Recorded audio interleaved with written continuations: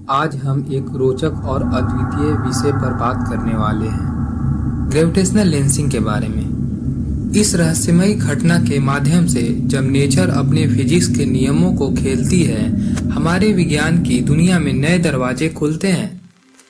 इससे पहले कि हम इस टॉपिक पर बात करें, आइए लाइट के बारे में कुछ बेसिक बातें जान लेते हैं, जिससे हमें चीज़ों को समझने में आसानी होगी। अच्छा, ठीक है। जैसा हम सबको पता है, लाइट फोटॉन से बना होता है और ये हमेशा एक स्ट्रेट लाइन में ट्रैवल करता है। बट क्या लाइट बेंड हो सकता है? जी हाँ, हमने स्कूल में पढ़ा था, जब मीडियम चेंज हो जाता है तो लाइट बेंड कर जाता है। उदाहरण के लिए, वाटर में ऑब्जेक्ट से आ रहा लाइट जब हमारे आंखों तक पहुंचता है जो एयर में मौजूद होता है, तो लाइट बेंड हो जाता है, जिससे हम उस ऑब्जेक्ट का अपेरेंट पोजीशन ही देख पाते हैं, न कि रियल पोजीशन, जिसे हम रिफ्लेक्शन ऑफ लाइट भी कहते हैं।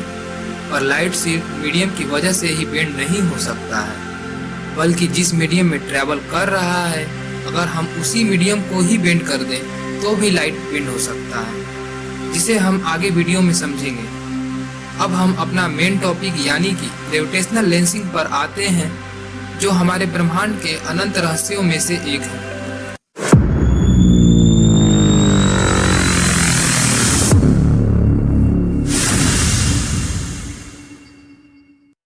ग्रेविटेशनल लेंसिंग तब होता है जब किसी स्टार, गैलेक्सी या ग्रुप ऑफ गैलेक्सी जैसे काफी मात्रा में मैटर अपने चारों ओर एक शक्तिशाली ग्रेविटेशनल फील्ड बनाते हैं, जो दूर की छिपी हुई गैलेक्सीज या अन्य मैसिव ऑब्जेक्ट्स से आने वाले लाइट को मोड़ने के लिए काफी होता है।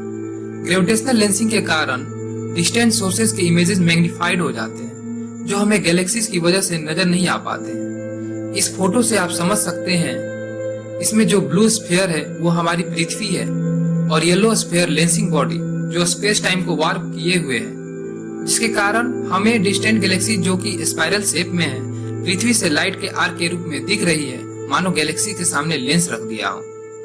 एक तरह से ग्रेविटेशनल लेंसिंग एक लार्ज टेलीस्कोप के समान है। किसी विशाल ऑब्जेक्ट के आसपास लाइट का बेंड होना एक रियल नहीं लग सकता है। आखिर ये हो कैसे रहा है? लेकिन ये आइंस्टीन के थ्योरी ऑफ रिलेटिविटी से रिलेटेड है। दरअसल आइंस्टीन ने अपने थ्योरी में बताया था कि ग्रेविटी स्पेस में एक कर्वेचर है। हमारा स्पेस एक फैब्रिक के समान है, जिसमें भारी ऑब्जेक्ट्स को रखे तो स्पेस को कर्व कर देगा, मोड़ देगा। आप इसे इस तरह से समझ सकते हैं जैसे स्पेस ये ट्रैम्पोलिन है और ऑब्जेक्ट उस पर कूद रहा व्यक्ति। आप देख सकते हैं, जैसे ही व्यक्ति ट्रैम्पोलिन को टच कर रहा है तो ट्रैम्पोलिन थोड़ा कर्व या मुड़ जाता है। ठीक उसी तरह मैसिव ऑब्जेक्ट्स जैसे प्लैनेट्स, स्टार्स और गैलेक्सीज स्पेस को मोड़े हुए हैं, जिसके कारण जब दूर की छिपी गैलेक्सीज की आने वाली लाइट इन बड़े ऑब्जेक्ट्स या गैलेक्सीज के पास पहुंचती है, तो ग्रेविटी लाइट वेव्स को बेंड कर देता है और वो हमें अपने पृथ्वी से दिखने लग जाता है।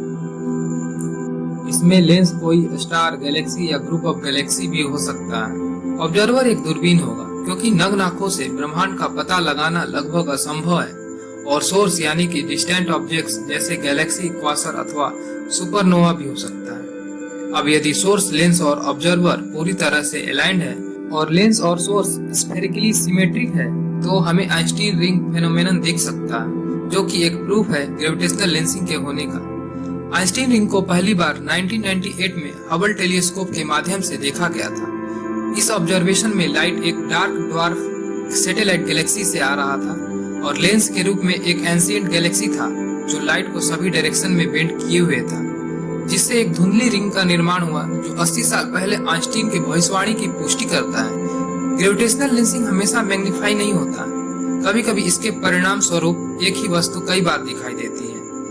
इसलिए यदि हम सोर्स, लेंस और ऑब्जर्वर को पूरी तरह से अलाइन करते हैं और लेंस स्फेरिकल होने के बजाय एलिप्टिकल हो, तो अधिक संभावना है कि हम कुछ और भी दिलचस्प देख सकते हैं, जैसे कि आइंस्टीन क्रॉस। आइंस्टीन क्रॉस की खोज सबसे पहले 1985 में एस्ट्रोफिजिसिस्ट जॉन हुचरा और उनकी टीम ने की थी। इस मामले में दूर के क्वासर को फोरग्राउंड गैलेक्सी द्वारा लेंस किया जाता है, जिससे क्रॉस जैसे पैटर्न में क्वासर की 4 अलग अलग इमेजेस बनती हैं। यह आकर्षक दृश्य न केवल लेंसिंग इफेक्ट को दिखाता है, बल्कि लेंसिंग गैलेक्सी के भीतर मास डिस्ट्रीब्यूशन के इंसाइट्स भी देता है। ग्रेविटेशनल लेंसिंग जैसे मनमोहक घटना ने ब्रह्मांडीय चमत्कारों के एक रियल्म का खुलासा भी किया है, जो आंखों से मिलने वाली चीजों से कहीं आगे तक फैला हुआ है। वास्तव में यह एक पावरफुल टूल के रूप में उभरा है, जो ब्रह्मांड के सबसे रहस्यमय रहस्यों में से एक डार्क मैटर पर प्रकाश डालता है। दरअसल लेंसिंग ऑब्जेक्ट्स के विजुअल मैटर से होने वाले ग्रेविटेशनल इफेक्ट और ऑब्जर्व्ड लेंसिंग में काफी डिफरेंस पाया गया है। जितनी लाइट बेंड हुई दिखाई देती है, ये सिर्फ विजुअल मैटर के इफेक्ट से कहीं ज्यादा है।